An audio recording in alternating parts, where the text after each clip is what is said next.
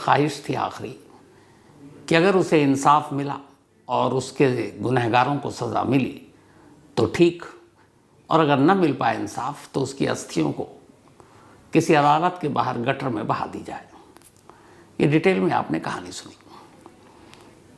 बेंगलुरु कर्नाटक में है और उसी बेंगलुरु के हुबली शहर से एक और झकझोर देने वाली कहानी सामने आई है।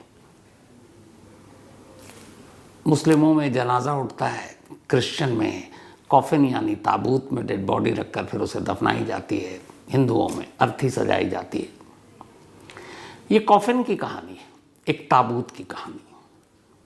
एक ताबूत जिसके बारे में मरने वाला एक आखिरी ख्वाहिश जताता है और कहता है कि जब उसकी मौत हो जाए तो उस ताबूत पर ये लाइन ज़रूर लिखना और उसी लाइन के साथ उसी ताबूत में उसे बंद करना और फिर उसे दफना देना। और उसकी इस आखिरी ख्वाहिश को उसके घर वालों ने ठीक उसी तरीके से पूरा किया। मुझे नहीं लगता कि दुनिया में इससे पहले कभी किसी कॉफिन या ताबूत पर कुछ ऐसा लिखा गया हो जो इस शख्स ने मरने से पहले लिखवाया है। ये उस ताबूत की तस्वीर है। अब आप बताएं कि भला कौन अपनी ताबूत पे ये सारी चीज़ें लिखाता है, लेकिन ये लिखाया क्योंकि मरने वाले की आखिरी ख्वाहिश थी। इसमें कई तस्वीरें हैं जो पहले मैं आपको तस्वीरें दिखाता हूँ और फिर कहानी को आगे बढ़ाता हूँ। एक तस्वीर है, ये खाली कॉफिन है, खाली ताबूत है। इस वक्त इसके अंदर फूल वूल लगाए जा रहे हैं, शायद भी इसमें मरने वाले को लाया जाना है। एक दूसरी तस्वीर है जिसमें एक शीशे के बॉक्स में डेड बॉडी पड़ी हुई है। और फिर एक जगह पर एक तस्वीर में आप देखेंगे कि कॉफिन के पास एक क्रॉस है और उस क्रॉस पर भी कुछ लिखा हुआ है। क्रॉस पर एक तो जो मरने वाला है उसका नाम लिखा है, किस दिन वो पैदा हुआ वो तारीख़ लिखी है और किस दिन मौत हुई वो तारीख़ लिखी है। और नीचे फिर वही लाइन है जो उस ताबूत पर लिखी है, जो ताबूत के कवर पर लिखी है। तो आखिर में फिर इस ताबूत में मरने वाले को बंद किया जाता है और उसी के इलाके के कब्रिस्तान में ले जाकर उस ताबूत के साथ उसे दफना दिया जाता है। दफन होते वक्त भी ताबूत पर वो लाइन उभर कर सामने दिख रही थी, हर कोई पढ़ रहा था। लाइन कि my death is because of my wife's torture. यही लाइन लिखी है ताबूत पर, यही लाइन लिखी है उस क्रॉस पर, और यही उसकी आखिरी ख्वाहिश थी। और इसी ख्वाहिश के साथ उसके परिवार वालों ने उसे दफना दिया। क्यों लिखाया किसी ने अपने लास्ट कॉफिन या ताबूत के ऊपर ये लाइनें? कौन है मरने वाला, क्या वजह है, अपनी वाइफ के बारे में वो ऐसा क्यों कह गया? पेश है पूरी कहानी। कर्नाटक में एक जगह हुबली, बहुत ही मशहूर जगह है। इसी हुबली में पीटर नाम का एक शख्स रहा करता था। पीटर एक प्राइवेट कंपनी में जॉब करता था। 2023 में, बल्कि 22 के एंड में, इसी हुबली में रहने वाली पिंकी नाम की एक लड़की से उसकी शादी हो गई। शादी के बाद दोनों के घर वाले खुश थे, पीटर भी खुश, पिंकी भी खुश। लेकिन पता नहीं इस खुशी को किसकी नज़र लग गई कि सिर्फ 2 महीने के अंदर अंदर अब दोनों में अनबन शुरू हो गई, लड़ाई झगड़े होने लगे। 3 महीना आते आते ये हुआ कि एक रोज़ पिंकी पीटर के घर को छोड़कर अपने घर चली गई। अब दोनों घर को ये पता चला, पीटर मना रहा अपनी बीवी को कि लौट आओ, वो कह रही नहीं लौटेंगे। पिंकी पेशे से एक स्कूल टीचर थी और पीटर एक प्राइवेट कंपनी में जॉब करता था। अब 3 महीने के अंदर अंदर ही पति पत्नी अलग हो गए। पत्नी अपने मायके पहुंच गई। लाख मनाने की कोशिश की गई। पीटर ने कहा घर लौट आओ, पर पिंकी ने कहा कि अब अगर तुम मर भी जाओगे तो मैं तुम्हारे घर नहीं लौटूंगी। फिर भी पीटर को लगा कि शायद वक्त के साथ गुस्सा कम हो, लौट आएगी, लेकिन वो गलत था। उल्टा ये हुआ कि उसके जाने के 1-2 महीने के बाद एक दिन उसके पास एक कोर्ट से सम्मन आया और कोर्ट से ये सम्मन ये था कि पिंकी ने डिवोर्स के लिए केस फाइल कर दिया है। पीटर जो अब तक सोच रहा था कि शायद रिश्ता फिर से बन जाए, संवर जाए, इस सम्मन को देखकर सारी उम्मीदें उसकी ख़त्म हो गई। अभी मामला कोर्ट में पहुंच गया। पिंकी डिवोर्स लेना चाहती थी। अब परिवार वालों को समझौते की कोई उम्मीद नहीं थी, लेकिन यहाँ तक भी मामला चलता तो ठीक, इसके आगे एक और चीज़ हो गई। डिवोर्स के साथ साथ पिंकी के भाई ने अब कोर्ट में एक और एप्लीकेशन लगा दी कि 20 लाख रुपए कंपनसेशन यानी कि मुआवजा दे पीटर पिंक, क्योंकि शादी के बाद वो अलग हो गए और डिवोर्स है, वो किसके सहारे पलेगी, अपने मायके में है, माँ बाप के पास है। इधर ये हुआ कि जब 3 महीने के अंदर अंदर अलग हुए थे, इस दौरान भी इन दोनों के रिश्ते इतने तल्ख थे कि हमेशा झगड़ा होता।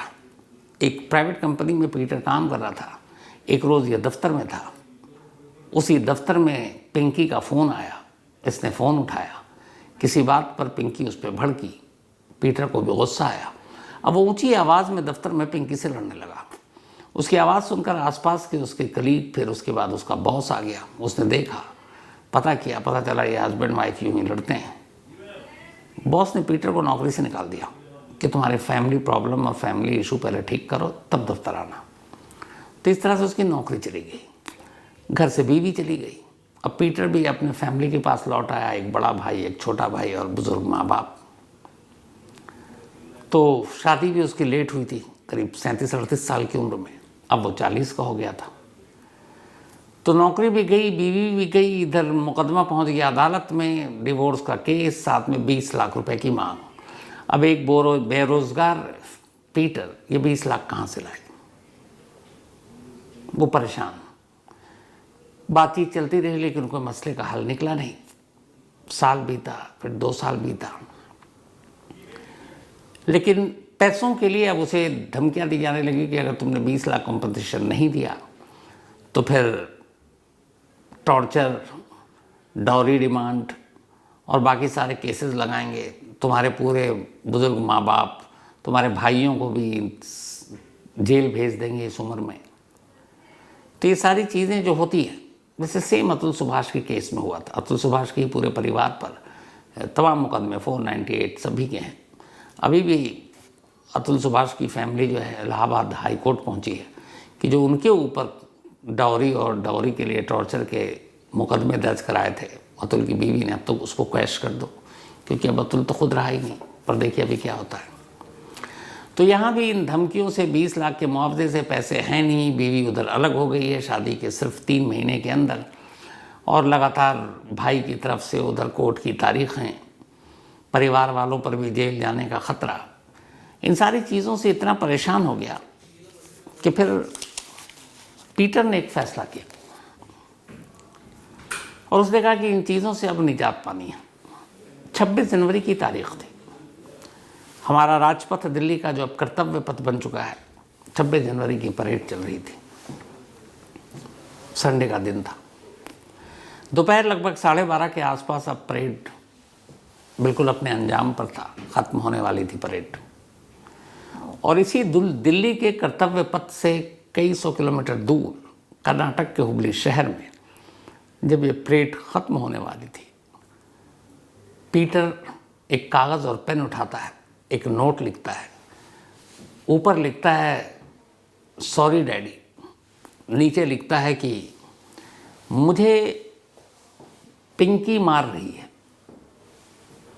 और इसलिए मैं मर रहा हूँ, दम घुट रहा है और इसलिए मैं अब ये दुनिया छोड़ रहा हूँ।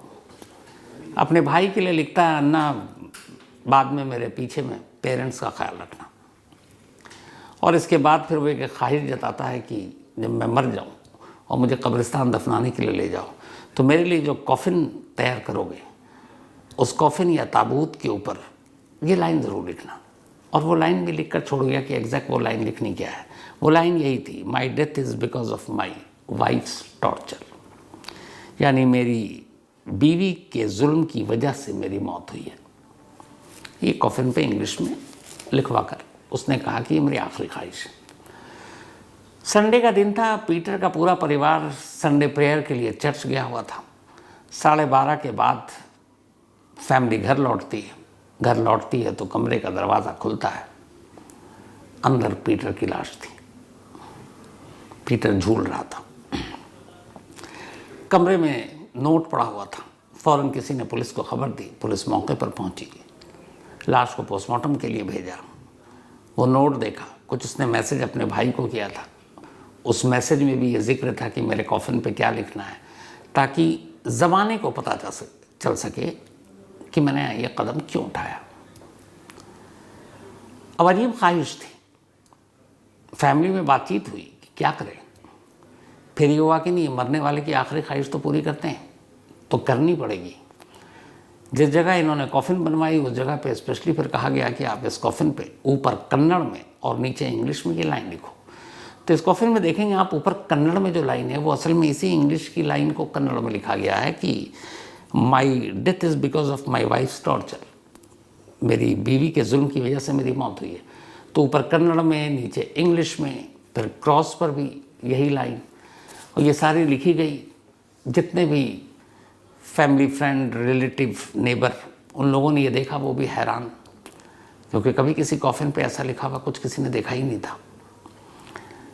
फिर कब्रिस्तान पहुंचते हैं और उसी लाइनों के साथ उसी कॉफिन, उसी ताबूत को जिसके अंदर पीटर लेटा हुआ था, तमाम प्रेयर के बाद दफना दिया जाता है।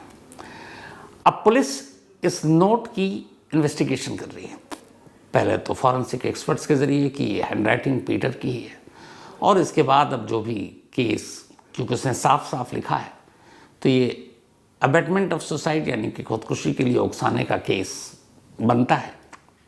लेकिन मैं पहले भी आपको कह चुका हूँ कि इस केस में कभी किसी को आज तक हिंदुस्तान में सज़ा नहीं हुई। अतुल का केस भी आपको याद होगा, 50 दिन पहले, जिसका शुरू में मैंने कहा, बेंगलुरु पुलिस पहुंची थी यूपी, अतुल की वाइफ, उसकी माँ, इन सबको पकड़ के भी ले गई। लेकिन कुछ दिनों बाद ही कोर्ट से बेल पर ये सब आज़ाद हैं, बाहर हैं, और अब मुकदमा चलता रहेगा। अबेटमेंट ऑफ सुसाइड के मामले में सवाल ही नहीं सज़ा होगी, और सज़ा नहीं होगी तो फिर अतुल को इंसाफ कैसे मिलेगा, ये सवाल है। इत्तेफाक से जब ये आज की कहानी पे रिसर्च कर रहा था तो फिर मैंने आज अतुल के भाई विकास मोदी से बात की आज ही। उन्होंने बताया कि ऐसे ऐसे कर्नाटक के हुबली में ऐसी चीज़ हुई है। तो मेरा सवाल उनसे ये था कि 50 डेज़ हो गए हैं, अतुल की आखिरी ख्वाहिश थी कि अगर उसे इंसाफ न मिले, और जब तक इंसाफ न मिले उसकी अस्थियों को ना भाई जाएं, तो ये बताइए कि क्या हुआ अभी। तो उन्होंने कहा कि अस्थियाँ अब भी एक कलश में सहेज कर रखी गई, और उन्होंने तस्वीर भी भेजी मुझे उन अस्थियों की जो कलश में है। ये वही तस्वीर है। और अतुल के भाई ने कहा कि हमें अदालत और कानून से बड़ी शिकायत है, क्योंकि अतुल की मौत के लिए जिम्मेदार लोग तो अब छूट चुके हैं, बेल पर बाहर है, बाकी मुकदमे का पता नहीं। उन्होंने कहा कि हम पर अभी भी मुकदमा है, तो हम इलाहाबाद हाई कोर्ट जा रहे हैं, और अतुल के 4 साल के बेटे की कस्टडी के लिए सुप्रीम कोर्ट ने चूँकि कहा है, तो वो यूपी की सेशन कोर्ट में जा रहे हैं ताकि उसकी कस्टडी ले सकें, जो अतुल की ख्वाहिश थी।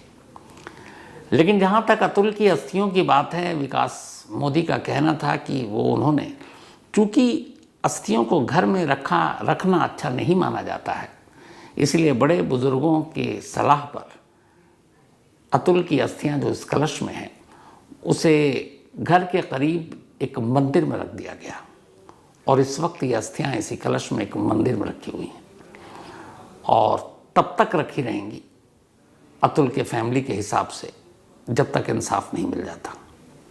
अब कब तक इंसाफ मिलेगा पता नहीं, लेकिन ये अस्थियां 50 दिन पूरे हो चुकी हैं, वहीं रखी हैं। और इधर अतुल के बाद पीटर की ये कहानी, और आखिरी ख्वाहिश, और अजीब ख्वाहिश।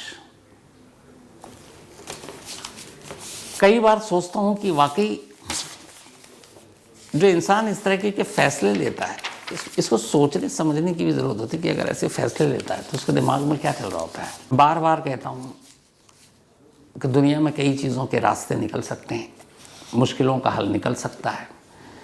ये रास्ता कतई सही नहीं है। ज़िंदगी बड़ी खूबसूरत और अनमोल है, ऊपर वाले ने जो दिया है, तो हमें इसको खुद लेने का हक़ नहीं है। जो हमारा है नहीं, हम उसे क्यों लेते हैं। ज़िंदगी ऊपर वाले ने दी है, उसका हक़ है जब हमारी जान ले ले, और हर एक को वैसे ही इस दुनिया से जाना है।